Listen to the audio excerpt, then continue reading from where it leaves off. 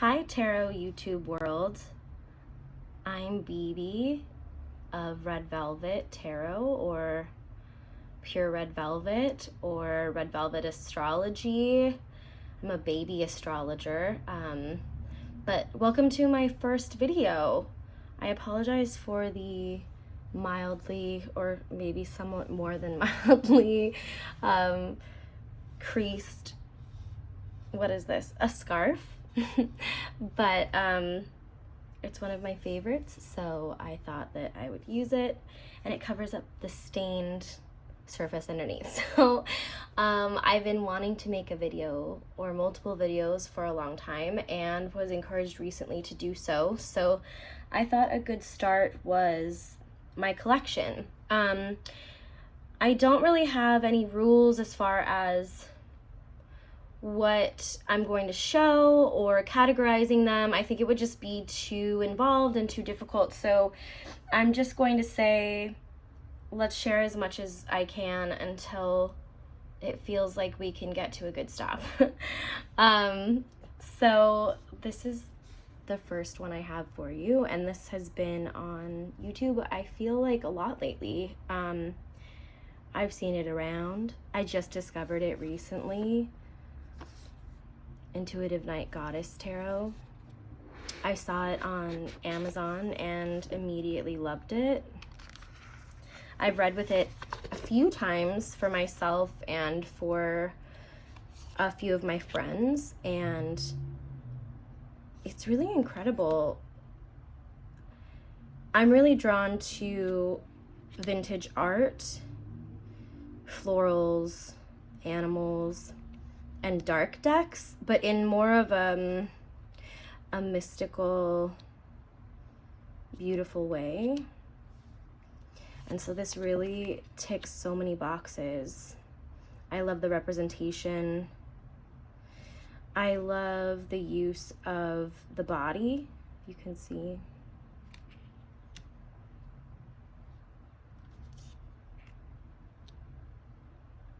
I love the feminine strength. I think it really is evocative in a different way than your typical Rider-Waite-Smith, even if it has some of those images or symbols in there. I love the cosmic connection. Some of the labels are different. They've changed them. Anyway, this is shown a lot on YouTube, so I don't think I'll spend a ton of time on it. But if anything is going to be an introduction to what I'm drawn to, oh my god, this is it. This is so, it's even so sexual and sensual and strong. I think I said strength before, but it's kind of everything I want to be. And it's not illicit in any way. Not that that would be a bad thing, because I'm kind of drawn to that too. But yeah, so this is number one. And the second one is one that I found on, I believe, Kickstarter, the Herione Tarot. I'm a fashion girl. I don't know if you've heard of that term. I just learned it recently and I really love it. I went to school for fashion merchandising when I was in my 20s. I did not finish, but I still have a soft spot for personal style, clothing. I love this art because it's so different. It is really soft, but in a modern way. I'm not usually drawn to soft decks. I really like dynamic color.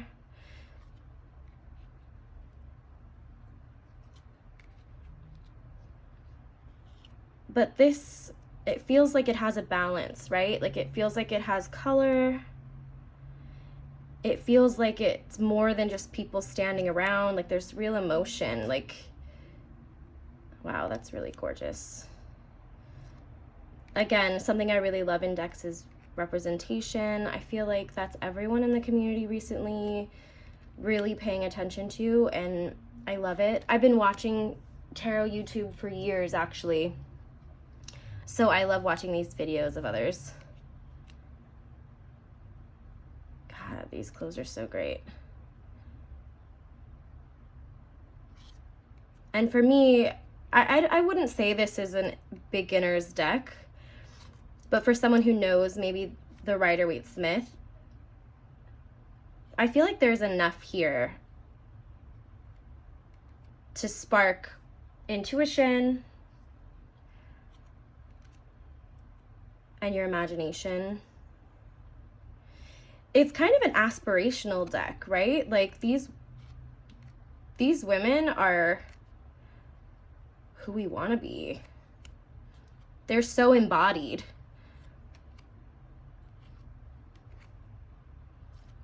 They look so empowered. The artist was incredible. Love it. I love empresses that aren't pregnant. I don't know. That's kind of a thing. So beautiful.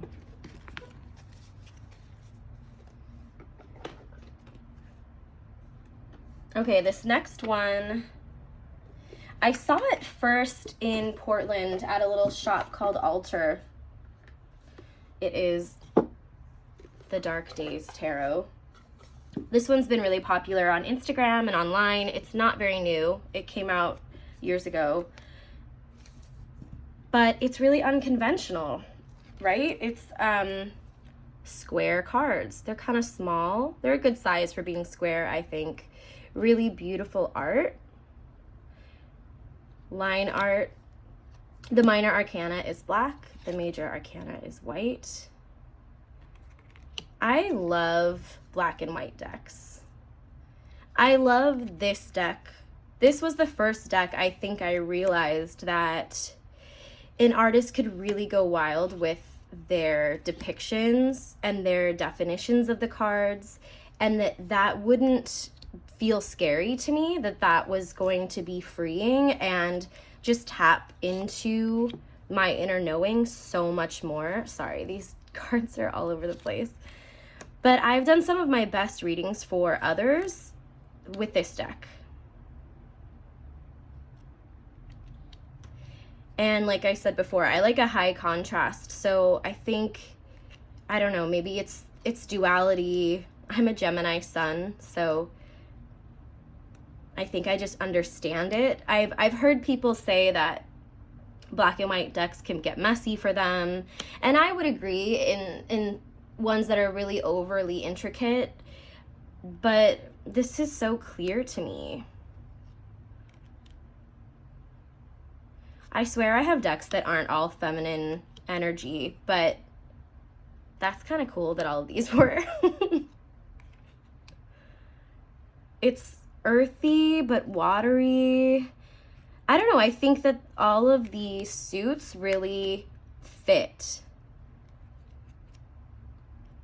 I don't necessarily like a deck that's overly one element, you know, that feels too much going on one side. My birth chart is pretty even when it comes to the elements, so maybe that's why. I love that Knight of Cups. I love how vulnerable all of these figures are. But like vulnerable with power, right? Because like that's all vulnerability is. It's like courage. So that is the Dark Days Tarot. I adore it. I know the Mother Tarot by the same creator came out recently. And I thought I was going to get it because I really love the art and appreciate it. But I don't know. I feel like the Dark Days really does it for me.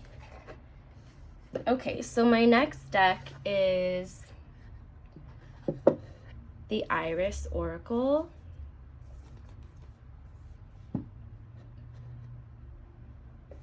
The backs look like this. Oh my gosh, I haven't been showing you guys the backs. I'm so sorry. This is my first time. Please be patient with me. This is a great oracle. Again, the art may be soft. I think these look like crayon and maybe colored pencil. But it's juxtaposed against this black border, which really makes them pop. I think if it were these colors and white, I don't think I would have kept this oracle. I like that this oracle also, it's represented visually, that light and dark, but it has positive messages and it has shadow messages too. And it's like, that's what I want to read for, especially to other people. Like, I want to be able to get to the heart of the matter, you know? And any shadow message to me can be, I don't know, can be like an opportunity, right? Can be advice for something better to come into somebody's life, or a way that they can be more self-aware. Any introspection, I think, is a positive experience, or can be. It's that silver lining. I really do like indie decks because I think there's a freedom, a creative freedom. You're not really needing to please anyone. It's just you. It's just your kind of indulgence. And for some reason, when we make the most personal art, I think we can connect to the most people, because then it's the most authentic. This comes with a little book, and I definitely use the book. This is not an oracle where I just look at it and then I go off of my intuition, because I think this isn't the type of thing where they have, I don't know, the messages aren't straightforward or stereotypical or archetypal. So the messages in the book are just so insightful. And they go a place that I never necessarily think of myself. And I really love that. There are certain decks that I don't need the help and I don't want it. But this one is kind of its own experience. So that's the Iris Oracle. The next deck I have is one of the first ones I added to my collection. I think I got this back in 2017 or 2018. It's the Anima Mundi. I don't remember if this was independent or not when I got it. These are the backs. It has some gilding. It's a little worn because I used to use it a lot. I haven't used this for a minute. Maybe because it's a little fall feeling.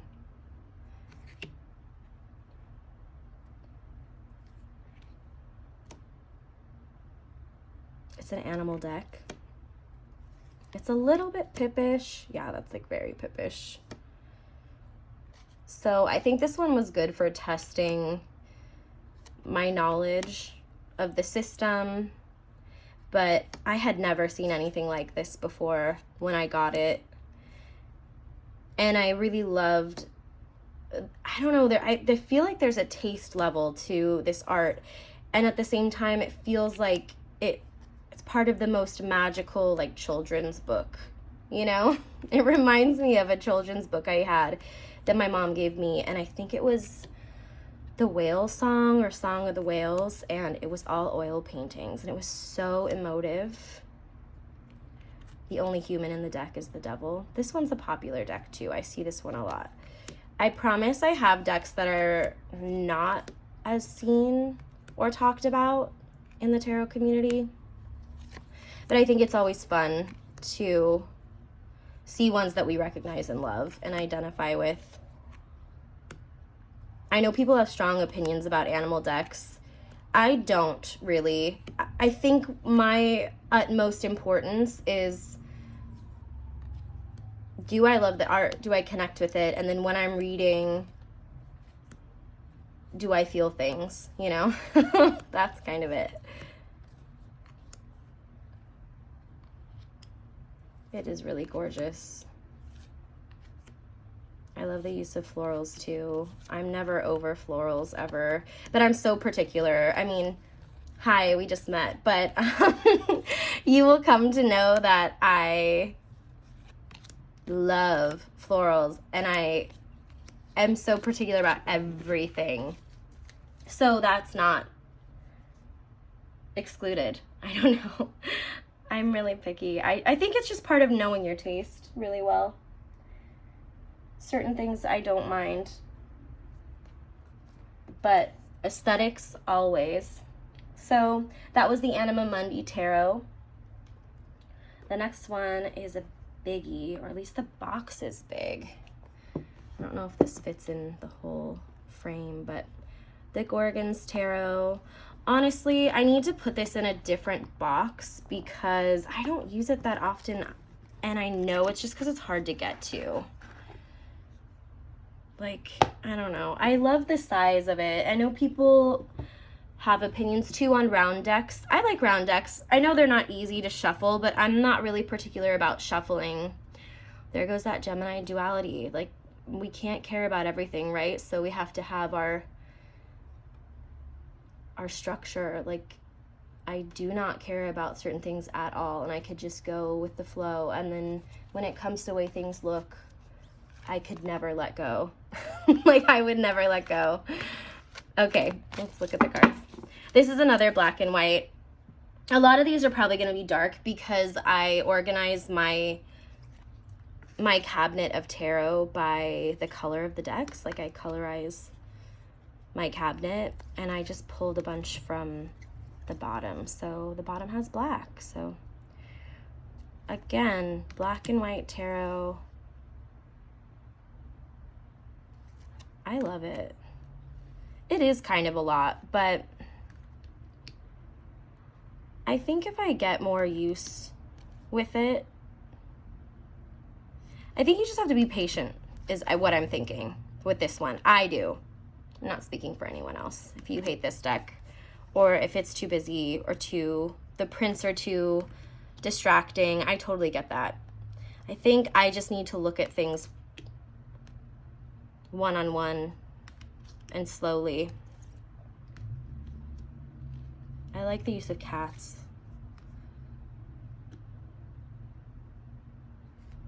I like that this seems to be based in a non-Eurocentric area too, right? Gorgon is the character, is the main character, right? So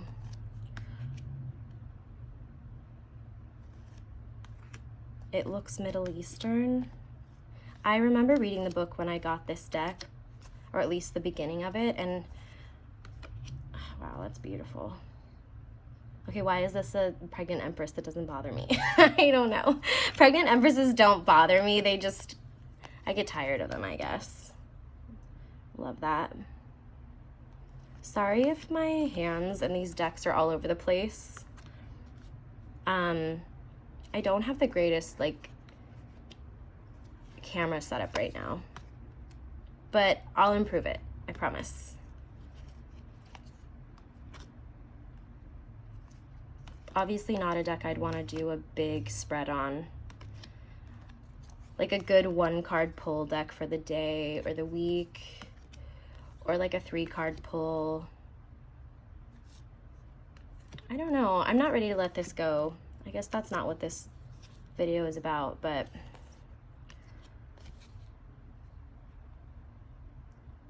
it's a good one. Love it. Some of my collection is just art appreciation, you know? It's odd because I've been decluttering a lot of decks lately, and based off of the fact that I don't use them, and that I'm really honing in on like the aesthetic or what I'm looking for in a deck as far as the symbology and how I read. And I've been reading tarot since 2013, probably not seriously until 2017. But even so, there are still decks, like, I identify as a collector, and there are still decks that even if I don't use them, I'm not ready to let go. And I've been really, really proud of myself for letting go the ones that I have. But I don't know, there's like a sentimental or magpie situation happening with some of them. I think the Gorgon Tarot is one of them. And I think there's like more to be revealed about that tarot. Like if I'm supposed to, not supposed to, like I'm meant to study it a little bit more. Anyway, moving on. This is the Children of Litha. This is not the first edition. This was an independent deck. I don't know if this is mass market now. Let me see if it says what edition this is.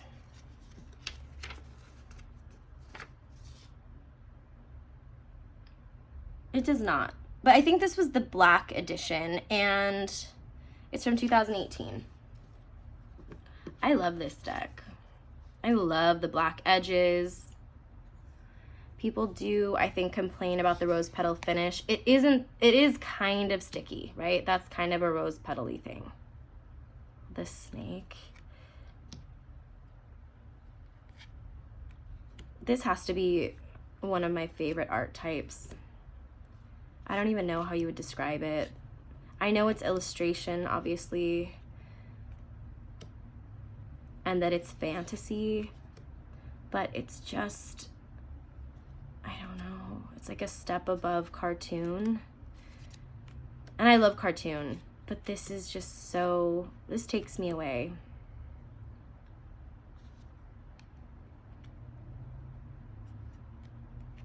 I like that there are animals and people.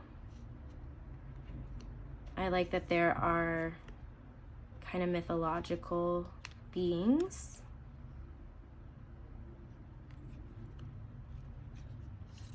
That it shows different seasons. The colors. I love the deep colors.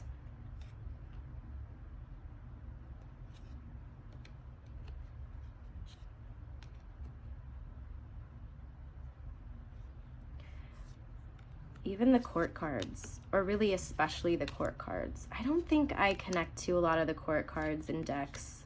Oh, this is one of my favorite high priestesses ever. Ugh, so good. But yes, the court cards in this deck are wonderful. And I think help me. Court cards are tough. But these make sense to me. They're so evocative.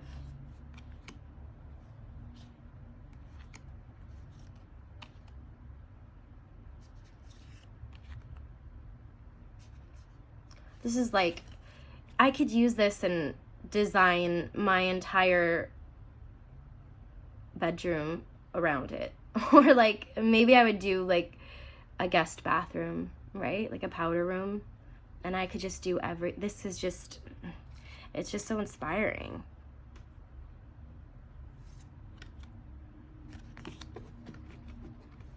That's the Children of Litha.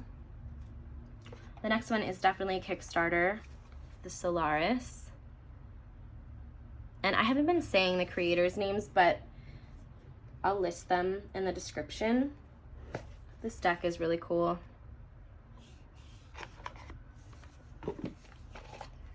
Here are the backs. I love the cosmic stuff. I love this star, the morning star. And this deck was based on the Star Wars saga, the new movies. I don't know what it's called. I don't know if like the 3 trilogies have different names. I just say like the new ones. Please don't come for me. I do enjoy Star Wars. I really like this art. The bummer is I wish that the Minor Arcana was illustrated. It's not. It's kind of sad. It is gilded, you know, or embossed. But I don't know. I heard of a deck, right, that if you're gonna ship Kylo Ren and Rey, like I'm here for it, and I am going to buy it. And with this quality of art, it's just so romantic and beautiful and tragic, and I was just like, sign me up. Sign me up. I think I would use this to read for someone who specifically enjoys this universe, right? This world. Because pips are fun and can be great, but I've learned that the black and gold cards that just have pips, they don't really do it for me, you know? It's really about the major arcana for me in this deck. It's a really high quality deck. It's really wonderful. Oh my god. Like, I'd buy the deck for this card alone. Because that's what I want to see. That's what I want to see in a tarot deck.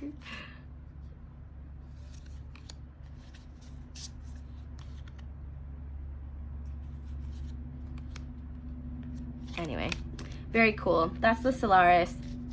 Really happy I have that one. Don't use it a lot, but if anyone would ever request it, I have it to use. This is a recent Kickstarter. I know that it was on Kickstarter for a long time. I got it at the very end. This is the Blood Moon Tarot. I don't think I'm going to speak on this a lot because I think a lot of people have said their opinions about it, and some of them I agree with and some of them I don't. I think I don't have a bunch of strong opinions about the perceived negatives of this deck. Like, I wish it were a little bit bigger, I'll say. I don't mind the borders at all, but this is probably going to have reversals. I apologize. Sometimes I read with reversals and sometimes I don't, and sometimes I just forget to shuffle them the right way so they're not reversed. The images themselves are spectacular, and I don't mind the borders. I wish they were a little bit more organic into the photo or the main image. I really do wish that the deck was bigger, but yeah, I don't know. This is a hard deck to read on its own because I feel like it doesn't go with the RWS very, very much, and I only have like a very pedestrian knowledge of other systems like Thoth and Marseille. So it's something where I think I heard recently that you could buy the guidebook. I know you get the PDF guidebook when you purchase the deck, but I think you can buy the guidebook now. And I would love to do that because I really would love to get to know this deck better. The cardstock isn't great. It's not, the only thought I had when I first got this deck wasn't, oh, it's too small. It wasn't, I don't like the borders, etc., etc. It was, man, the cardstock doesn't feel as luxurious as the art does, you know? It doesn't do the art justice. That's what it feels like.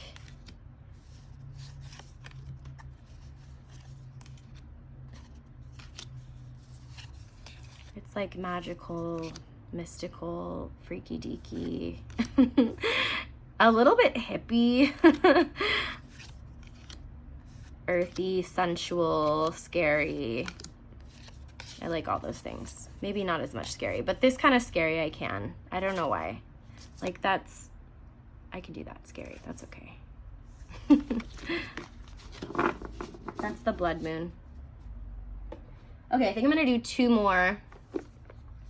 This is, oh my gosh, am I gonna lose it? Invisible Light Tarot. I've had this one forever. I think when I only had like 5 decks, I had this one. You can tell because my ribbon broke. I love this deck. I don't know if you can still get it. I know that it was independent. I still follow this artist on Instagram. These are the backs. This is a photography deck. It has like this very, how do you say it? Like it looks like film, right? I wonder if this was, it does look like it was shot on film.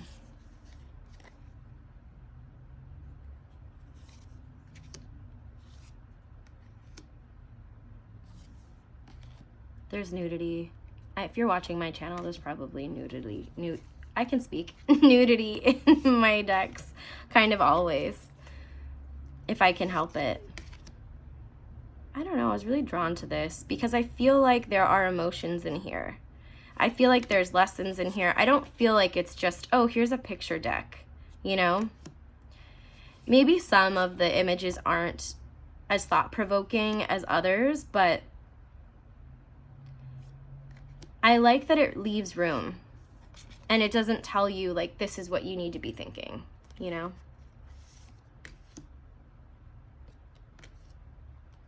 My cards are bent. See, they're bowed.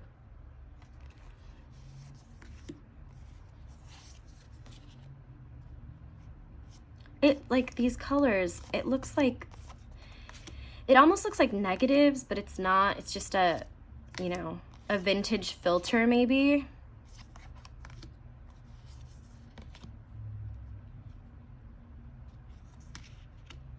I love it.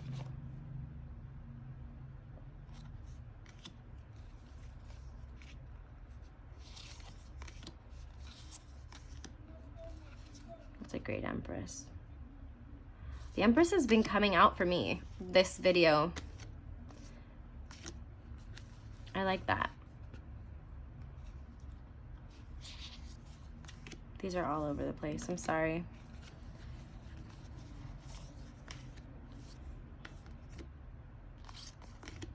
I love this card. Forgot about this card.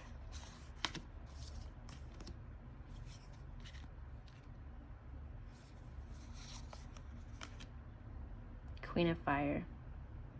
She just looks like she's in a sea of passion and joy and creativity. Queen of Earth looking right at you.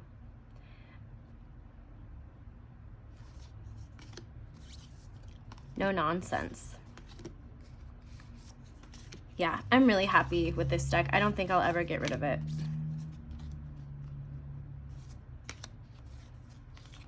These look like my friends.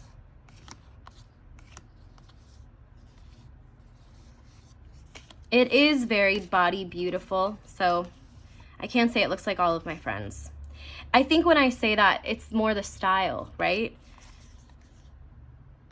It's this free-spirited, independent, a little bit counterculture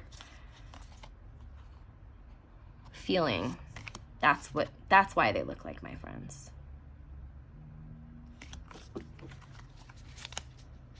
So that's the Invisible Light Tarot. I've got one more. And this is the True Black. And I don't remember when I got this. It was years ago too.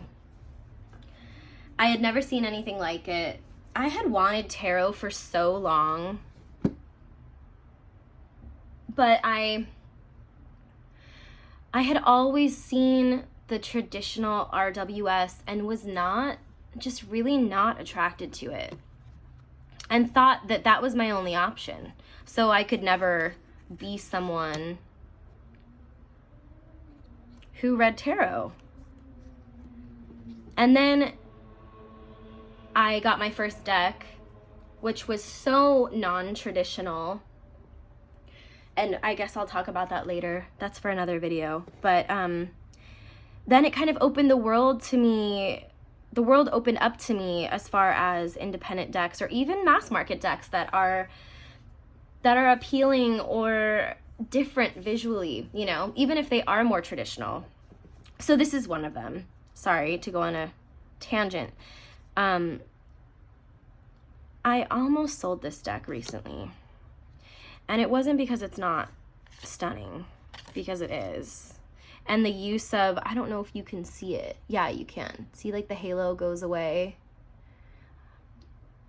The use of, like, tonal embossing, I don't even know if that's what it means. Don't listen to me. I'm not fancy when it comes to technology.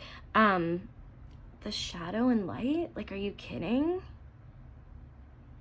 And the symbology here is so rich. I like using the book when I read this. I don't have to use it, but I really like it. Like, what? The King of Cups? With a squid and these cups and the little fish halo? Like, in this shell. Ugh, I'm a sucker for shells. This is a gorgeous deck.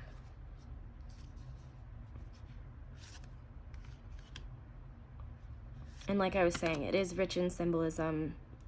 There's these minute details, you know, the little guy, the little bee. Wow, I never even noticed the bees were all over the earth like that. I think this deck is genius, but the meanings are so deep in such a way that I feel like I'd need to study it. And my heart is kind of devoted to other things when it comes to tarot than this deck. There's something about this deck that on one hand thrills me and satisfies me and like mystifies me. Yeah, I can't get rid of it. Look at this. Look at this. No. But on the other hand, there's something about this deck that leaves me, I don't know, like wanting something else. You know, it's just like not enough, which is why we have collections, right?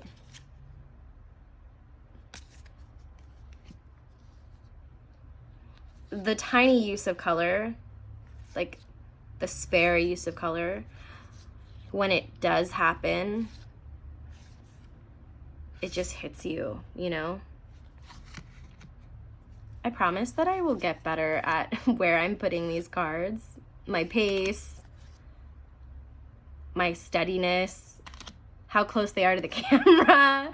I don't know what I'm doing, but like here I am. So this is the True Black Tarot and it's freaking gorgeous. A lot of people on YouTube have this deck, but I don't hear a lot of people talk about kind of the philosophies of this deck. I'd love to see a video about that. Will I be making it? No. But anyway,